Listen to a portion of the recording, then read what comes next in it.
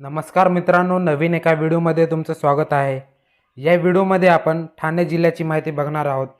तुम्हाला माहीत असेल की पोलीस भरती असो किंवा इतर स्पर्धा परीक्षा असो, ज्या पण जिल्ह्यामध्ये तुम्ही फॉर्म भरता त्या जिल्ह्यावर आधारित 1 ते 2 प्रश्न हमखास विचारले जातात। तर या व्हिडिओमध्ये आपण ठाणे जिल्ह्याची संपूर्ण माहिती बघणार आहोत।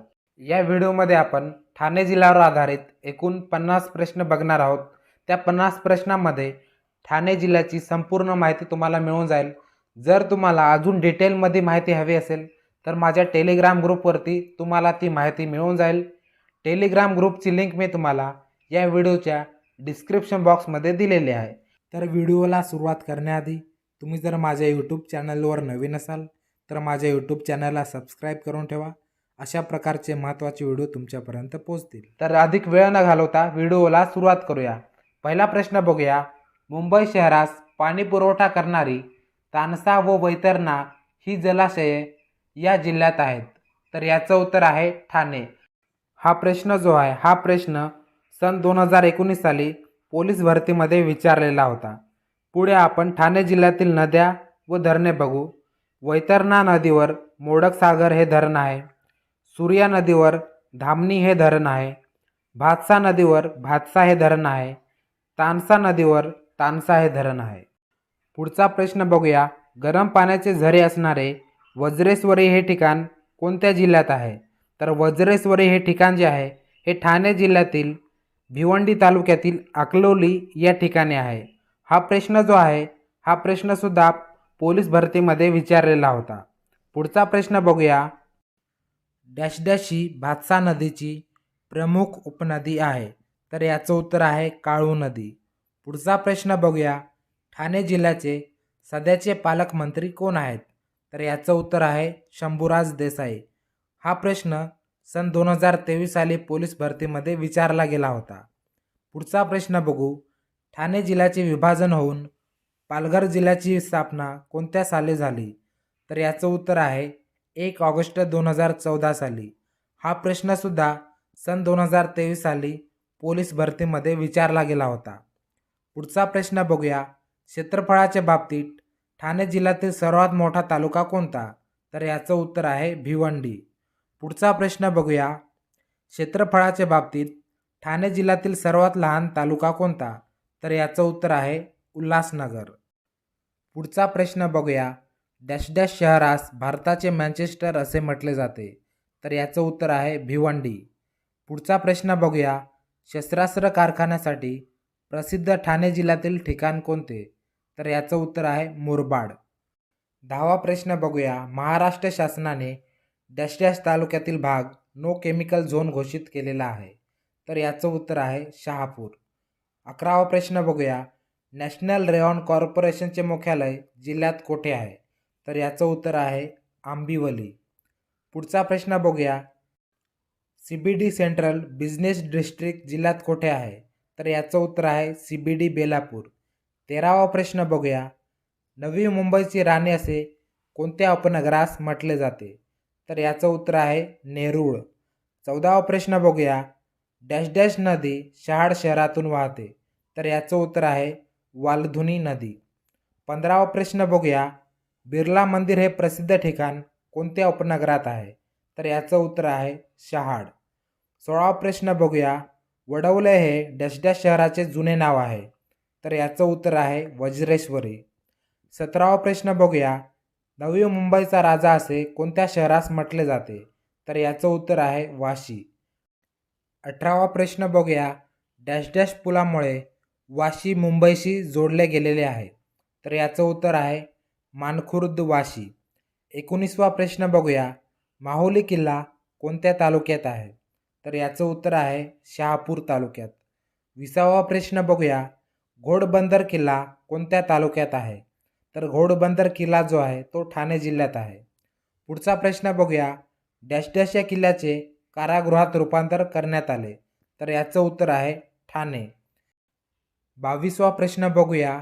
टिटवाळा हे गणेश मंदिराचे प्रसिद्ध स्थान कोणत्या तालुक्यात आहे?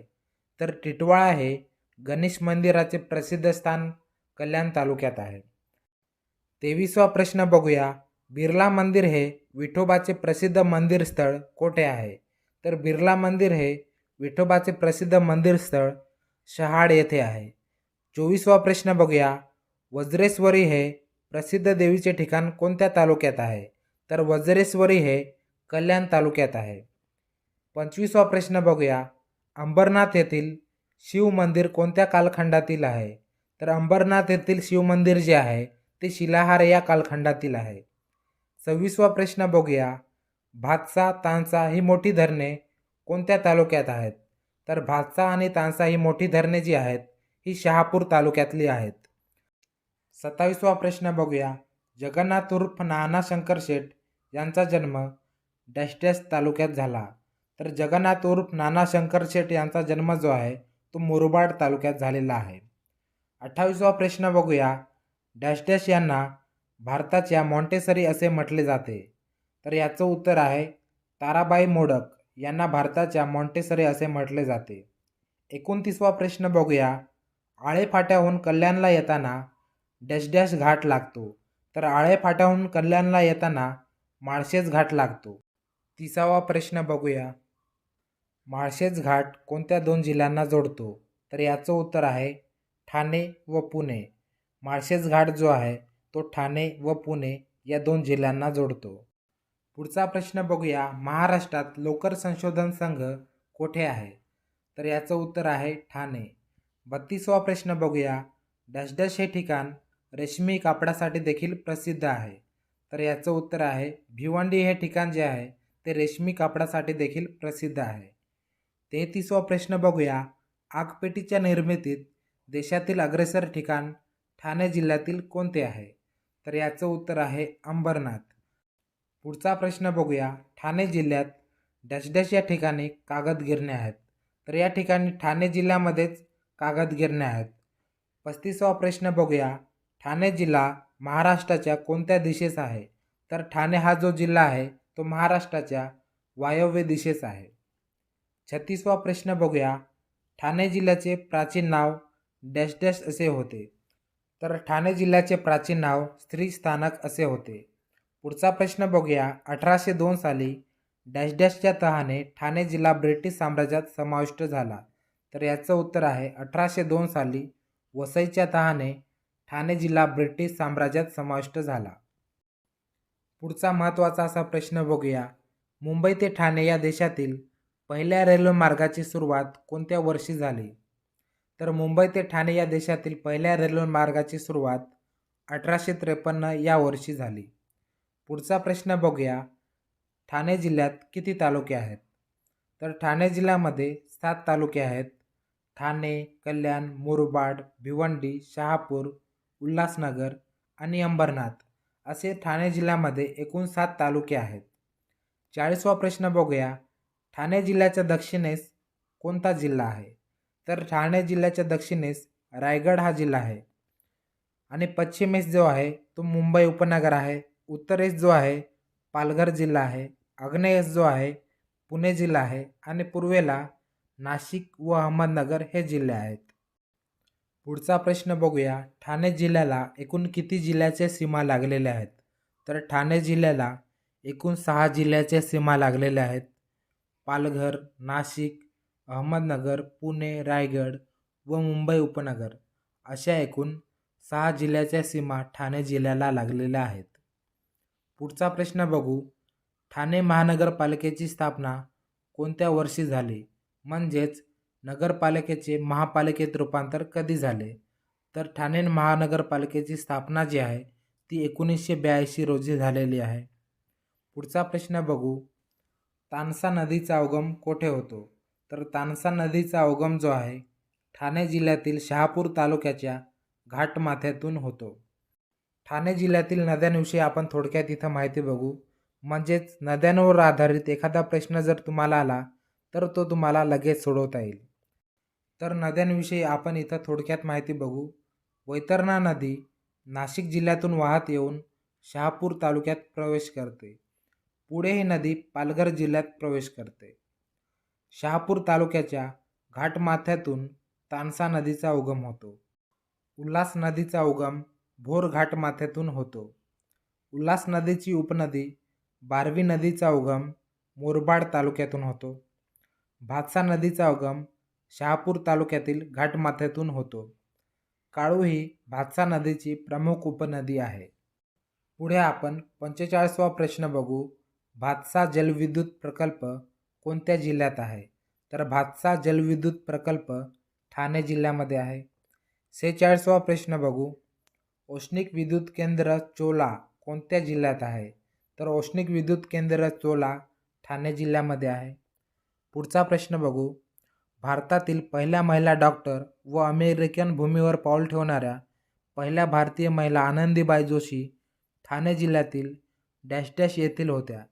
तर आनंदीबाई जोशी या कल्याण येथील होत्या. पुढचा प्रश्न बघू. ठाणे जिल्हा महाराष्ट्रातील कोणत्या प्रशासकीय विभागात येतो? तर ठाणे जिल्हा जो आहे तो महाराष्ट्रातील कोकण या प्रशासकीय विभागामध्ये येतो. पुढचा प्रश्न बघू. तानसा अभयारण्य कोणत्या जिल्ह्यात आहे? तर तानसा अभयारण्य जे आहे ते ठाणे जिल्ह्यामध्ये आहे. पुढचा शेवटचा प्रश्न बघू. ठाणे जिल्ह्यातील डॅश डॅश या टेकड्यांना माम भांजे टेकड्या असेही म्हटले जाते. तर ठाणे जिल्ह्यातील येऊर टेकड्यांना माम भांजे टेकड्या असेही म्हटले जाते. तर चला मित्रांनो, या व्हिडिओमध्ये इथेच थांबूया. तुम्हाला जर या 50 प्रश्नांची PDF हवी असेल, त्याचबरोबर तुम्हाला ठाणे जिल्ह्याविषयी अधिक माहिती हवी असेल, तर ती तुम्हाला माझ्या टेलिग्राम चॅनलवरती मिळून जाईल. टेलिग्राम चॅनलची लिंक मी तुम्हाला या व्हिडिओच्या डिस्क्रिप्शन बॉक्समध्ये दिलेली आहे. तर चला मित्रांनो, या व्हिडिओमध्ये इथेच थांबूया. तुम्हाला माझा हा व्हिडिओ कसा वाटला हे मला नक्की कमेंट बॉक्समध्ये कळवा. तसेच अशा प्रकारचे महत्त्वाचे व्हिडिओ पाहण्यासाठी माझ्या यूट्यूब चॅनलला लाईक, शेअर आणि सबस्क्राईब करायला विसरू नका. जय हिंद, जय महाराष्ट्र.